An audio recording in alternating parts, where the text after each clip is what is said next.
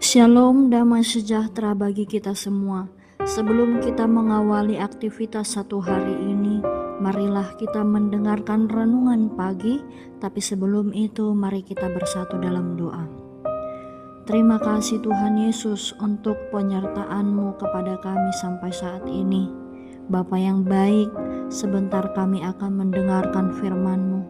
Berkati hati dan pikiran kami, supaya kami boleh mengerti dan melakukannya di dalam kehidupan. Berbicaralah Engkau Tuhan, sebab kami telah siap untuk mendengarkan.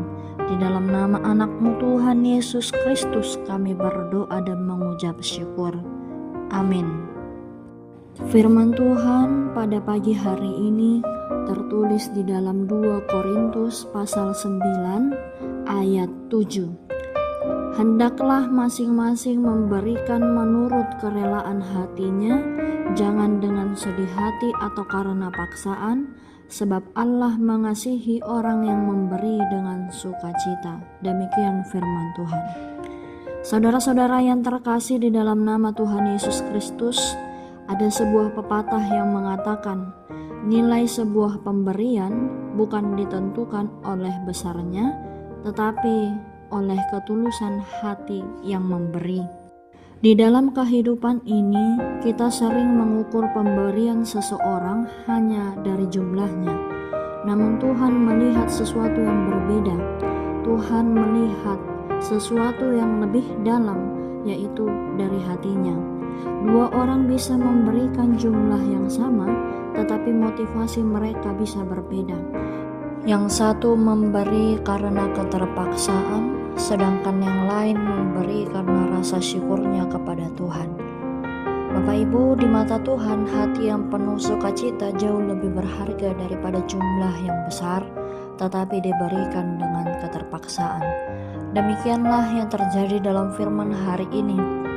Rasul Paulus sedang mengajak jemaat di Korintus pada saat itu untuk mengumpulkan bantuan bagi jemaat di Yerusalem yang sedang mengalami kesulitan. Paulus tidak memaksa mereka, ia tidak menetapkan jumlah tertentu yang harus diberikan. Sebaliknya, ia mengajarkan dan mengajak bahwa memberi adalah respon kasih kepada Tuhan, bukan suatu kewajiban yang membebani. Karena itu Paulus berkata, hendaklah masing-masing memberikan menurut kerelaan hatinya.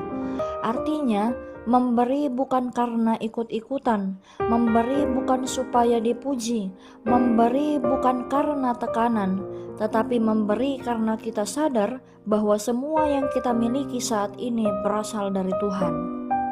Paulus juga menegaskan, jangan dengan sedih hati atau karena paksaan. Seringkali seseorang memberi tetapi sambil mengeluh dan bersungut-sungut di belakangnya.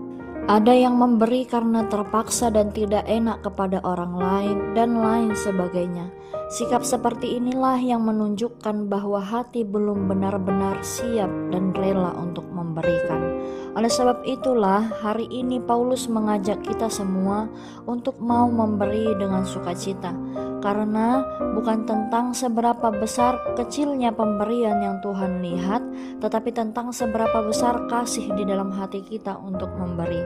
Oleh sebab itu mari kita memberi dengan sukacita, karena Allah mengasihi orang yang memberi dengan sukacita. Amin. Kita bersatu dalam doa. Terima kasih Tuhan Yesus untuk penyertaan-Mu atas kehidupan kami.